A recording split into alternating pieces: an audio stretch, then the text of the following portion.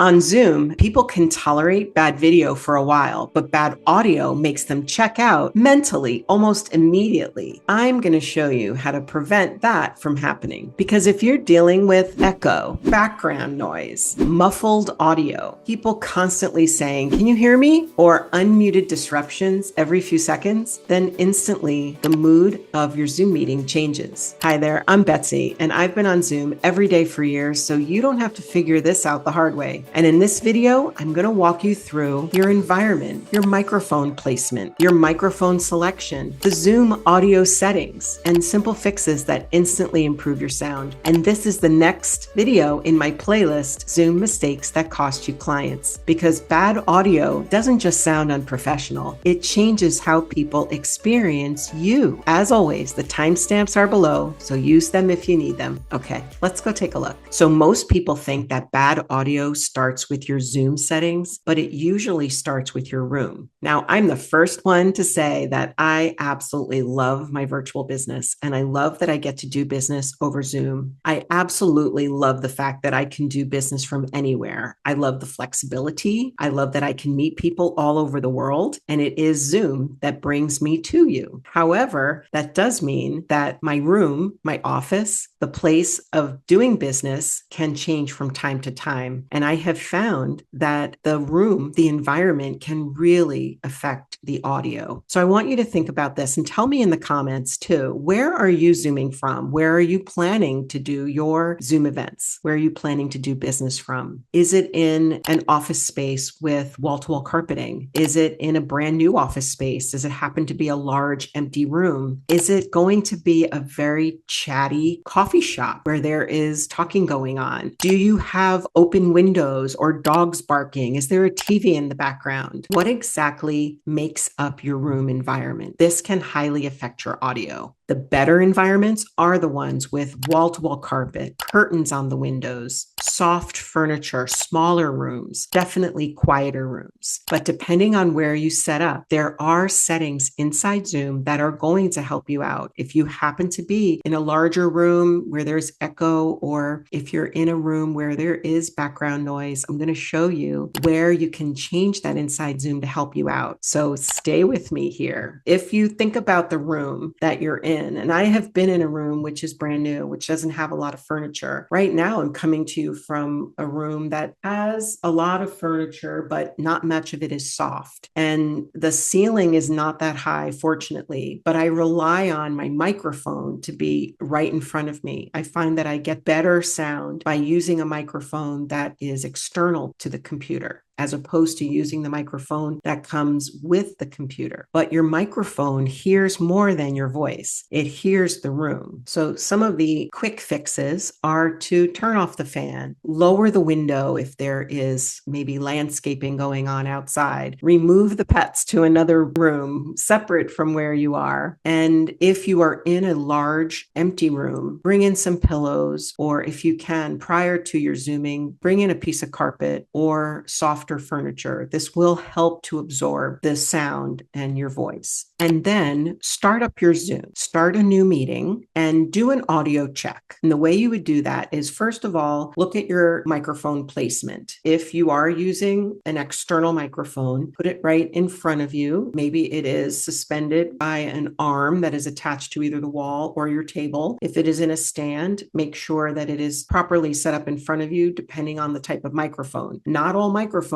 want you to be speaking directly into the top. Some of them want you to be speaking along the side, and you don't want to be necessarily too close. Sometimes I get too close to this one, and you can hear that in my speech. You can also get, they call a windsock, or a type of filter that you can attach to your microphone. And if you are not using an external microphone, but you're using the built-in microphone to the computer, you want to make sure that it is about an arm's length away. If, depending on your setup, setup, it is more than that, then you would want to look into using something like a Bluetooth microphone. And that's where you would have a device, something like this. One part goes into the computer, and then the other part you wear on your clothing. And this way you can move away from the physical computer and your sound stays clear. The next thing you're going to do is you're going to start your own Zoom meeting. You can be in here by yourself, and along the bottom of the screen, you're going to go down here to the bottom left corner and click on the little up arrow next to the audio button. In this menu, take a look, starting with the top where it says microphone, and notice the microphone that has the check mark next to it. You should check this every single time you come into Zoom. If you wear headphones, if you wear earbuds, if you wear a Bluetooth setup and you use those devices for your phone or mobile device, and then you're also going to use them for your computer, the first thing you would want to make sure is that that device has connected to the computer where you have Zoom installed. And then vice versa, is if that device had been connected to the computer, but now you'd like to use a different microphone, you need to make sure that the one you want to use is the one selected here. And that's the one with the check mark. So you would click to make sure you're using it. The area below there is how you're going to hear everyone in your Zoom meeting. And you want to make sure that you have the proper speakers selected. Below there, you can see what are called microphone modes. And this is giving you a choice of whether you're going to do noise removal, and that is different than what's called personal audio isolation or original sound for musicians. And we're going to get into this in a little more detail coming up. So stay with us there. I'll tell you the difference. Below there, you have a few options. And the first one of those few options is test speaker and microphone. And this is a great self-test. When you click there,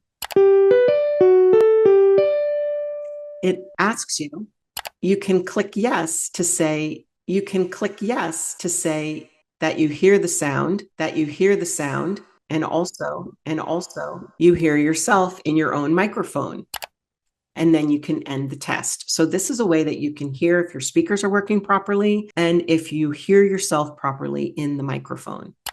The next option under that on the audio menu is something that says leave computer audio. Now that is in a specific situation where you need to bring in a second device into the same Zoom meeting. And I don't mean an external monitor plugged in. I mean another computer, a tablet, a mobile phone, another device where you are joining this meeting, the same meeting from another device. And in that case, if there are two or more devices in the same room joined to the same meeting, you're going to get some terrible feedback and echo. And so what you're going to do is on the first device, you're going to connect as you've learned so far. On the second and third and more, you're going to choose leave computer audio. And what that's going to do is it's going to completely eliminate any microphone connection or speaker connection from that device. Very different than muting those devices. And it's very helpful. It eliminates echo completely. And if you would like more instructions on how to set up your Zoom from more than one device and deal with that echo that might happen, we've got a video for you. And I'll put the link to that in the description below. So continuing on with these Zoom settings that most people ignore, aside from being able to test your microphone before you even admit participants into your meeting, another setting to take a look at for sure is adjusting your background noise. And this is how you do it. You're going to go back to that arrow down there next to the audio button. And now you're going to use the very last option for audio settings. Your audio settings show up in your right sidebar here. And some of this is repeat to what you just saw. Your speakers are indicated at the top where you can test it. Your microphone is indicated at the bottom where you can test that. But if you scroll down, now you've got your microphone modes that I talked about earlier. And this first one was the noise removal as a default. But you can see now when you open up your settings, now you can indicate whether it's high background removal all the way to low or auto. And what this means is if you are in a situation where you have to Zoom from a noisy environment, it's just what you have to do. Zoom gives you that flexibility that you can conduct your meeting from anywhere. However, if there is anything from constant chatter in a public place, or maybe there's a TV in the background with news going on, fan, or even your dog is barking. I was once on a Zoom where the presenter was presenting her content very smoothly, and there was a very severe thunderstorm going through her area. And her pet was very quiet most of the time until the thunderstorm. And then during this time, the dog was barking and barking. It just would not calm down. And she was the only one home, and she was in her office, and she had to excuse herself for a moment to go calm the dog and do whatever was needed. But in the next coming minutes, when the dog continued until that thunderstorm passed, what she could have done was to come in here and changed her noise suppression to high. And what that would do is it actually removes completely, really, the dog's barking. I have had dogs barking in the room with me and asked people in my audience, they cannot hear them at all. So that's a good trick for removing the background speech. You can see there that there's also options for if you've got a fan or some sort of tapping noise. Maybe there is a loud thunderstorm going by your house and there is a noise on a window or nearby. Below there, though, are two other options. One is called personalized audio isolation. And this actually uses your voice print to optimize the audio for voice clarity. And it does also suppress the background noise in your meetings. So this is specifically recommended for crowded environments so that it can pick up your voice amongst all the others. The last one is original sound for musicians. Now, if you're using Zoom as a way that you can hear people that have to sing into their microphones, or you are hosting a live event where there is live music, if you think about that, typically the people who are playing the instruments are not sitting right up here against a desk where the microphone is and where the Zoom is capturing them. Typically, you have multiple people all in a room, and the Zoom is picking up the sound that's coming from the entire room. And that does change it. Microphone placement does change the audio. So in this case, this is recommended for those types of studio environments. And original sound is not supported on Zoom Phone for both mobile and desktop. So you want to keep that in mind. So turning this on does improve audio quality for music. It captures just a fuller range of sound. And it is ideal for people who use Zoom for music lessons or music performances. In this case, noise suppression is turned off. So you do want a very quiet studio when that music performance is going on. And what you see next here is the audio profile. And this is when you are needing a live performance audio. So this is recommended for meetings involving multiple instruments or voices. So to activate this feature, you would have to have at least two participants having this enabled in the meeting. So it is set up specifically for when there are multiple people performing on one Zoom. And this does reduce the lag. Now, you also want to keep in mind that these types of settings will put some sort of test to your computer. You want to make sure the computer you're Zooming from is a quality piece of equipment. If you're using an older piece of equipment and it's lagging, you might consider upgrading your equipment first before you use these audio settings. And then finally at the bottom, you can see if you are using a headset where you want to sync the buttons on your AirPods, you can do that here. Now, the very, very bottom, it says advanced. When you click there, it lets you control the level of echo cancellation. So selecting high also may increase what they say CPU. That's your computer. Again, so when you are asking Zoom in its software to adjust these audio settings from low to high, it does reduce echo, which results from multiple people speaking at the same time. But in the same sense, you are asking your computer to do more work. It's so important to set these settings up before your Zoom meeting starts. So if you want the complete checklist that you can go through and make sure your Zoom is set up for success, grab a copy of my Zoom Mastery Checklist. I will put the link to that in the description below. And finally, on Zoom, your voice is your presence. Now, you can control how you sound and how you sound to everyone attending, but you must also control whether anyone else's sound is disrupting the room. So make sure you set it up this way when you're running a meeting that everyone is muted until you're ready to hear them. You're going to open up your participants list. And you're going to make sure that everyone is muted upon entry. And that way, when they come in, you can see here, when they come in, you'll know that their microphones are on mute. And so their audio won't disrupt the meeting upon entry. So you're going to come down here before anyone is admitted in, and you're going to switch this on. Mute participants upon entry. You can even, if you want to, not allow them to unmute. And that would be up to you. You can always come back in here and enable it. When you click continue, that assures that when people come into the meeting, you can even check it. See, it's lit up now. When people come into your meeting, they will be muted upon entry. And therefore, their audio doesn't cause a disruption. Those disruptions, you can't plan for them. And when you start hearing background noise, it's usually not you if you've gone through all of your tests. So this way, you can rest assured that you'll be in complete control.